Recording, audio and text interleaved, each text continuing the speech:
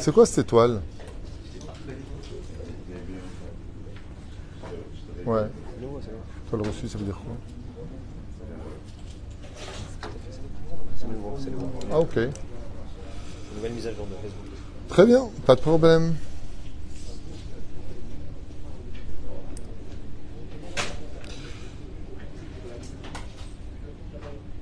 Yalla Boker Tov, Shem Hashem, Naaseh Venatzliach.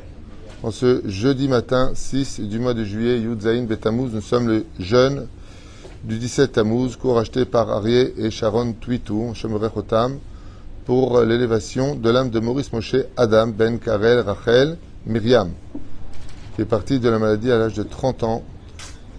C'est les 7 jours donc aujourd'hui. Ruach Hashem Tenachenu Began Eden Elyon, Bechol Ashurvim Imo Bichlal Arachimim Vetzelechot Vechen Yehi Ratzon Lomar Amen. Parti à 30 ans de ce monde. Oh. Tov, Vezrat Hashem, Ruach Hashem Tenachenu Began Eden. Dans un monde d'éternité, 30 ans, 100 ans ou 120 ans, c'est exactement pareil, parce que l'âge n'existe pas. Et on pensera en même temps à l'élévation de l'âme de Koukabat Esther. Aujourd'hui, c'est Sapkuda, Bezrat Hashem, Kudata. L'élévation de l'âme chez le Kol Mété Israël. Il y a beaucoup de personnes qui partent de ce monde sans qu'on rappelle leur nom. Personne ne les connaît Bichlal, ce qui est vraiment dramatique. D'où l'importance d'être attaché à une communauté, que quand tu partiras de ce monde, pour le meilleur comme pour le pire, pour le mariage, pour le mitzvot, que tu aies du monde avec toi. Et quand tu partiras de ce monde, sachez qu'une vraie communauté, c'est une famille. On est là les uns pour les autres. Normalement, c'est comme ça que ça devrait être. On sera à Gisèle Mazal Batipora, Eliane Sassia Batnina, Esther Bat Miriam, épouse Cohen, Salmon, Fresh Ben Fortuné, Patisara de Bat Zeira, Sonia Roné Bat Suzanne, Shoshana Mishpachat, qui est Krief.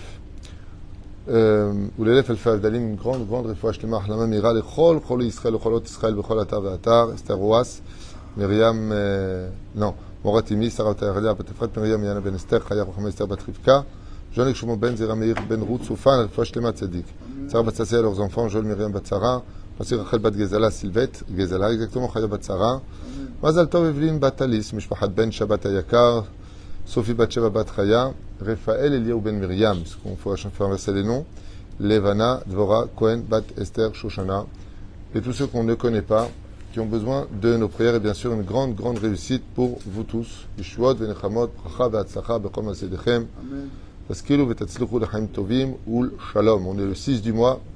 Le 10 c'est les payes, celui qui peut agir tavo alav beracha. Que Dieu le bénisse. On va parler d'un des sujets les plus importants pour moi, en tout cas au niveau de la moralité à suivre dans ce monde. J'ai été énormément remercié pour le cours sur le respect. J'ai même reçu des messages de psychologues qui m'ont dit que ce chiour était vraiment important et qu'il devrait être écouté par beaucoup de gens au moins une fois par semaine, parce que le respect est à la base de toutes les sociétés, qu'elles soient professionnelles, familiales, sociales, éducatives. S'il n'y a pas de respect, il n'y a rien. Dans ce monde, tout part du respect. Dès que je manque de respect, eh bien, tout part de côté et on passe de la hiérarchie à l'anarchie. Le sujet qu'on va étudier aujourd'hui, en ce 17 Tammuz, n'est pas moins important. Vous savez que quand Dieu a donné la Torah, ces fameuses tables de la loi qui ont été brisées le 17 Tammuz, selon la tradition juive, eh bien, ces tables ont été données avec une particularité qui demande beaucoup d'attention. À droite, les commandements entre l'homme et Dieu, puis à gauche, les commandements entre l'homme et son prochain. Bizarrement, alors que la Torah elle-même nous demande une relation parfaite, de peur de se retrouver en porte-à-faux le jour où on rendra des comptes pour celui qui y croit.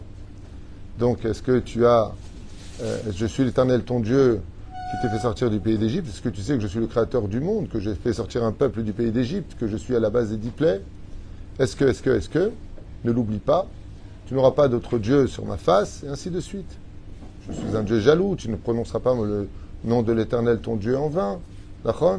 Honore ton père et ta mère. C'est-à-dire. Et puis, avant ça, il y a bien entendu, Zachor ma Shabbat, tu garderas le Shabbat. Dieu savait ce qu'il voulait. Quand il a donné la Torah au Sinaï, il n'a jamais dit de garder ni le vendredi, ni le dimanche. Il a dit, tu gardes le Shabbat. Ce serait quand même dommage de lui déplacer sa volonté, ou avant ou après. Parce qu'avant l'heure, c'est pas l'heure, après l'heure, c'est plus l'heure. Mais la reine, c'est le jour du Shabbat. Shabbat est immuable, et c'est pour cela que nous qui continuons la tradition de la descendance du peuple d'Israël que nous sommes restés le jour du Shabbat et on l'a ni avancé au vendredi et encore moins au dimanche. Velachem, Be'ezrat Hashem Yitbarach, on se rend compte que l'Éternel nous demande des relations qui soient prescrites entre nous et lui. C'est-à-dire, si tu veux qu'on garde un respect mutuel, alors je te demande en tant que créateur, en tant que Dieu qui tient ta vie dans mes mains, de respecter le Shabbat, la Kashrut, toutes les lois que nous avons, donc Pessah, Shavuot, Sukkot, ainsi de suite, de reconstituer une nation en Israël. Il ne faut pas oublier que c'est une grande mitzvah de vivre en Israël, pour celui qui peut en tout cas. De constituer la nation, surtout qu'hier, je vous ai envoyé une vidéo de ce qui se passe à la mairie.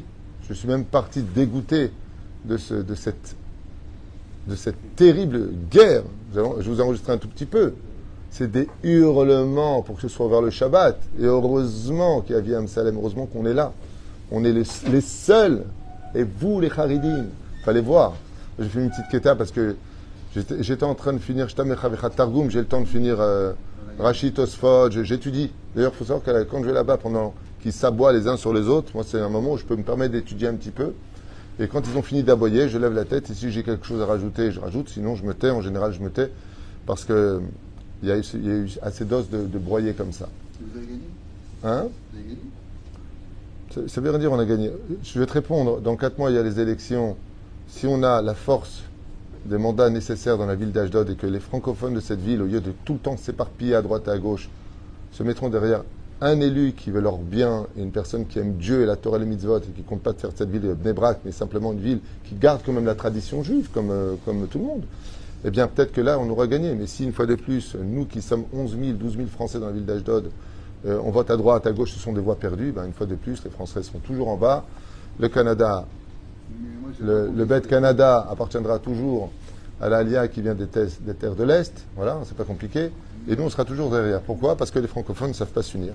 C'est toujours la même chose. Regarde, c'est pas un débat, juste t'explique. C'est-à-dire, juste qu'on ne dévie pas du chiour avec ta permission.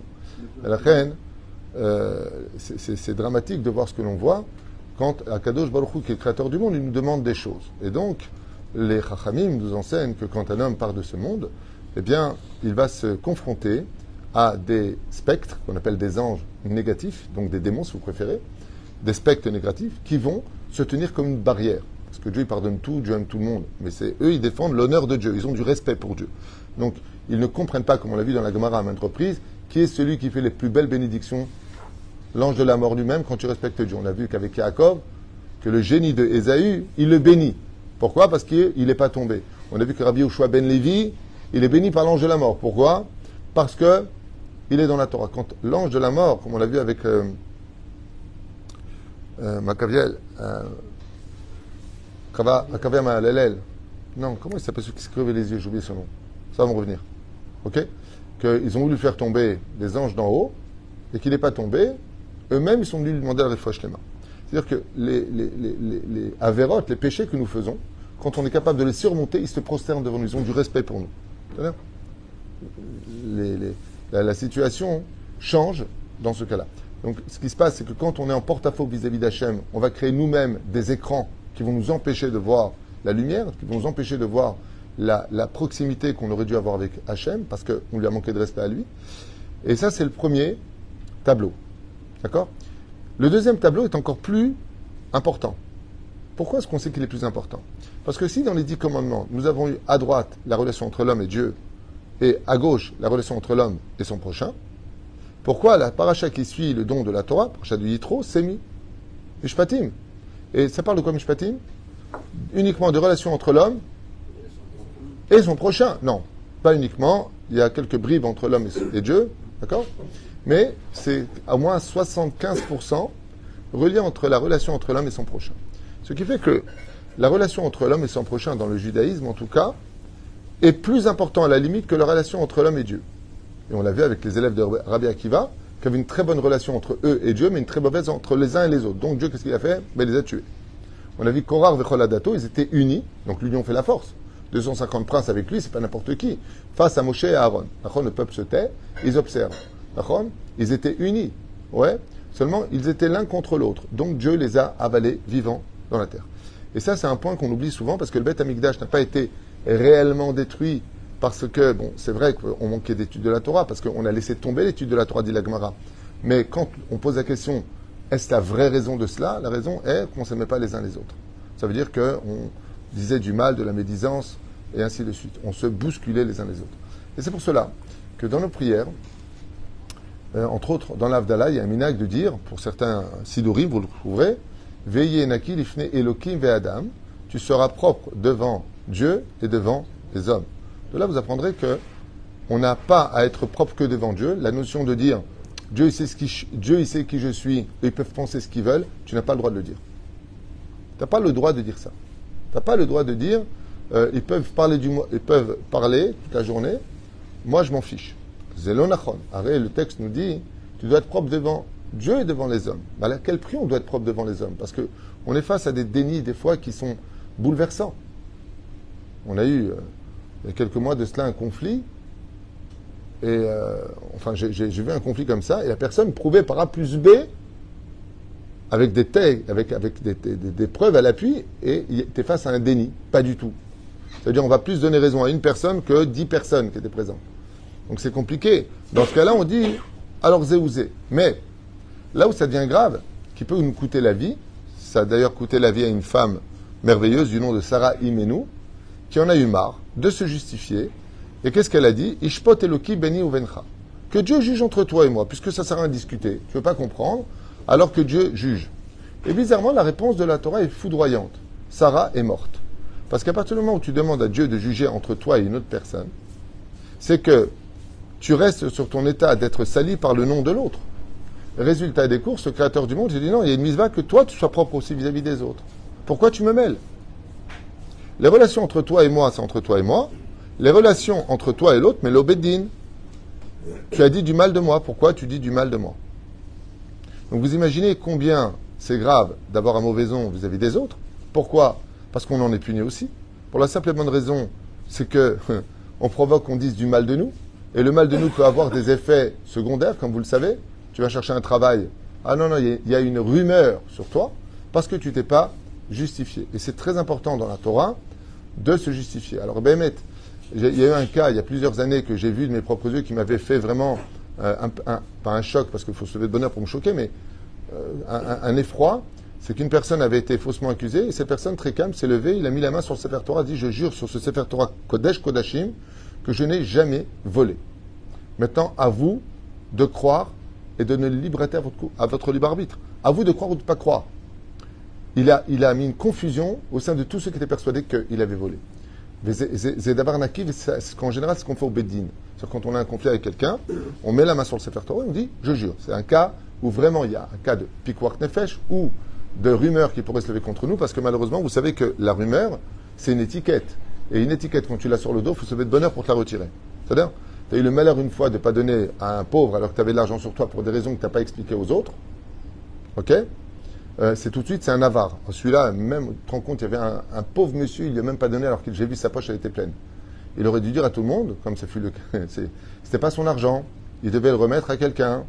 D'accord? Mais les gens, ils ont cru que c'était le sien. Donc, il faut dire, Botaï, je reviens vous lui aider. Ce que vous avez vu, c'est pas à moi. Alors, on a envie de dire, attends, mais moi, j'ai des comptes à donner aux autres? Oui. Réponse, oui, on a des comptes à donner aux gens. Quand tu ne viens pas à un mariage, où tu es invité, où tu as dit que tu venais, la dernière des choses à faire au monde, c'est de ne pas envoyer un message d'excuse, un coup de téléphone. Parce que ce que ça fait de toi, c'est que tu es un je m'en foutiste. Tu n'as pas eu de pitié que moi, par contre, pour toi et ta femme, ça me coûtait 300 shekels, plus 300 shekels, 600 shekels, soit 122 € à la poubelle. Ça ne te dérange pas que moi, par contre, ta place, elle était libre et que je n'ai pas pu l'occuper parce que tu m'as dit que tu venais, tu m'as confirmé que Adam, tsarich litkacher. Et c'est du respect. En réalité, quand on parle du cours du respect d'hier, il faut aussi comprendre que le respect s'impose. C'est aussi à toi de te faire respecter. C'est-à-dire, quand tu es par exemple un médecin et que tu t'absentes, les gens vont parler de toi. Et tu ne peux pas dire « j'en ai rien à faire ». Pourquoi? Parce que ça veut dire que tu n'es pas sérieux. Tu es là, tu n'es pas là, tu viens pas. Bien sûr qu'un médecin, un professeur, quand je dis un médecin, un professeur, ça peut être aussi un prof d'école. C'est-à-dire que quand tu ne justifies pas, quand tu n'appelles pas, quand tu fuis tes obligations, eh bien, comme la banque, quand elle t'appelle. J'étais au café la dernière fois avec quelqu'un, voilà, ça appelle, le mec ne veut pas répondre. Je lui dis, c'est quoi? Il me dit, oh, c'est la banque. Je lui dis, et alors, tu réponds pas? Il m'a dit, qu'est-ce que je leur dis? J'ai un découvert, il veut que je le couvre. Je lui ai dit, ben, si tu n'as pas d'argent, moi, et du respect. Il m'a dit, je comprends pas. Je lui ai dit, ben, réponds. Parce que là, ce que tu es en train de faire, c'est qu'ils vont te refuser tout maintenant. Par contre, si tu réponds en disant, écoutez, pour l'instant, je n'ai pas de solution, mais normalement, d'ici une dizaine de jours, donnez-moi ce laps de temps, ça te donnera le moyen 3-4 jours. Parle, arrête de fuir. Tu veux qu'on te respecte après, quand tu rentres à la banque, on ne te respecte pas, tu n'as pas respecté. Parce que tu n'as rien à faire de ce qu'on pense de toi.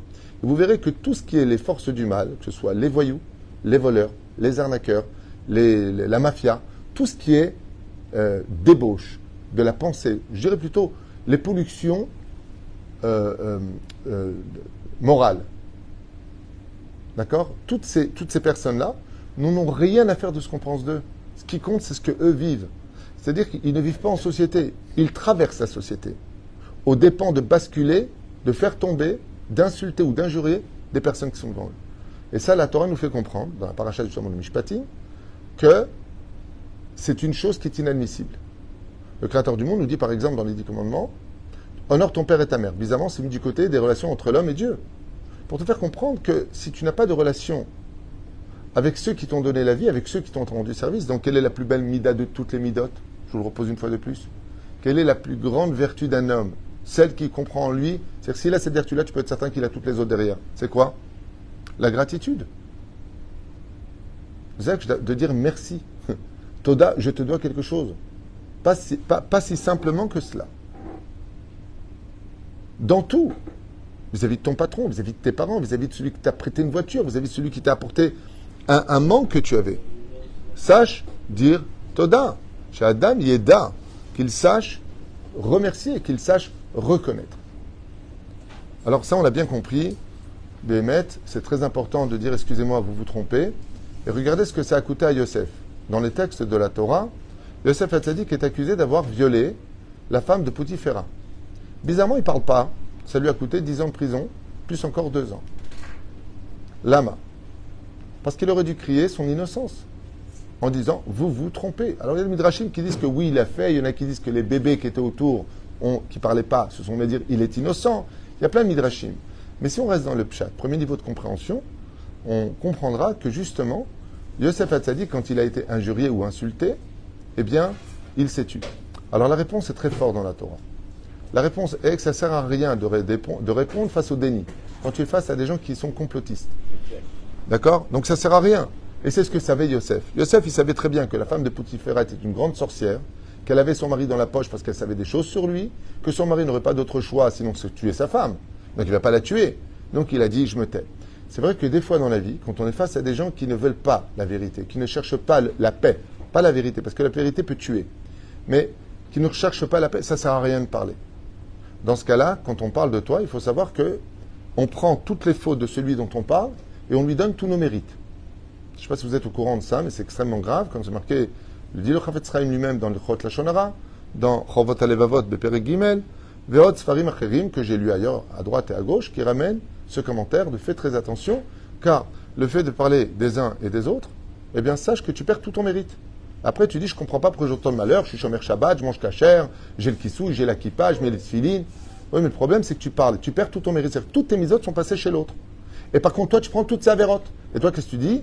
Ben, regarde, lui, il ne fait pas Shabbat, il va avec des non-juifs, il fait des bêtises avec eux, je veux dire, mariage mixte et autres, et il a tout. Oui, tu as pris tes mirotes. Pourquoi ? Parce que toi, tu parles du mal.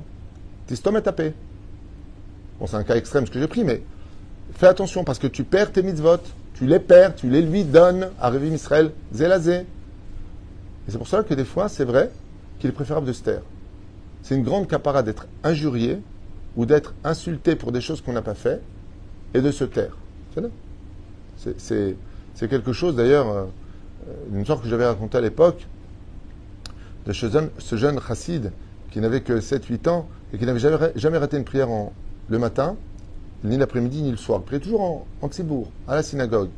Et le matin, il priait honnête. Son père était fier de lui. Voilà qu'un matin, à 8 heures, il constate que son fils est toujours en train de dormir dans le lit. Il rentre dans la chambre, prend un tabouret, se met près de lui, il lui fait des remontrances. Je ne comprends pas. Réveille-toi. Comment est-ce que tu peux rater la prière du net ? Tu n'es pas n'importe qui. Maintenant, on parle d'un enfant de 8 ans. Il n'est même pas obligé à la base. Ok ? Le petit s'habille, embrasse les mains de son père. Papa, je te demande pardon, mais là, je vais y aller tout de suite. Il s'habille et il fonce. Le père, pour l'éduquer, fier de lui, il dit Baruch Hashem. Il sait que c'est l'éducation. Le problème, c'est que à 14 heures, il rencontre le rav de la synagogue. Il dit alors, vous avez eu un deuxième minyan à 8 heures ? Parce que mon fils, il n'a pas. Il dit ton fils, quel rapport avec ton fils? Ton fils, il prie honnête. Il n'a pas prié à 8 heures avec nous. Comment c'est la prière honnête? Il dit aujourd'hui, la prière honnête, c'est comme hier, comment dire? C'est quoi ta question? J'ai pas compris.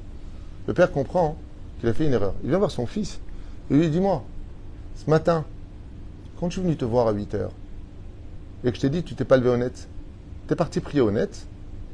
Et là, le fils, il lui a dit qui te l'a dit, papa? Et lui, j'ai rencontré le Rav. Il m'a dit que tu étais ce matin à la prière honnête. Honnête, c'est-à-dire très très tôt. Okay? Il lui a dit alors, puisqu'il te l'a dit, alors oui, j'y étais. Alors il lui a dit mais pourquoi tu me l'as pas dit? Il lui a dit qu'est-ce que tu veux que je te dise? Tu rentres pour me faire de la morale. Je lui ai dit papa, tu te gourres. Fais-moi de la morale. Ça fait du bien, toujours un peu de moralité. Il faut être quelqu'un, des fois, au-dessus des problèmes. Parce que de chercher trop la vérité peut engager encore plus de problèmes. Imaginons le cas d'une personne qui dit oui, tu l'as dit. L'autre dit non, je ne l'ai pas dit. Ben, ça va faire un cas terrible. Vous savez lequel? C'est qu'il y en a un des deux qui est un menteur. Automatiquement. Si par exemple, je dis que tu l'as dit, et toi tu jures que tu l'as pas dit, alors qui l'a dit?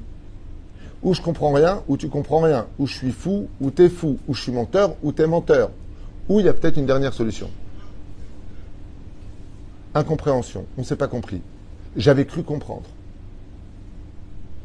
J'avais cru comprendre. Ça arrive. Est-ce qu'il y a plus fort que ça? Oui. Al tiet tzedek, tiet chacham. Al tiet tzedek. Ne sois pas quelqu'un qui, des fois, va chercher la vérité. La vérité, elle doit, des fois, nous inquiéter. Souvent, les gens me disent, vous croyez que je dois savoir la vérité sur tel et tel problème? J'écoute, je dis surtout pas. Cherche pas à savoir. Vous voyez, un homme, à l'époque où il y avait le Beth Amikdash, qui avait des doutes sur sa femme. Il n'y a pas marqué qu'il a des doutes, il y a marqué qu'il est jaloux de sa femme. Donc, c'est qu'il n'a pas confiance en elle. Qu'est-ce qui se passe pour lui? Il l'emmène au Beth Amikdash. Et il dit, Ani mekane beishti. Je suis jaloux d'elle, ça veut dire que j'ai des raisons à cela. Qu'est-ce qu'il risque en faisant ça? La mort de sa femme. C'est-à-dire que cette personne-là avait juste un doute. S'il n'avait pas eu ce doute, il n'aurait pas su. D'accord? N'est trompé que celui qui le sait. Mais maintenant qu'il a cherché à savoir la vérité, elle a tout perdu.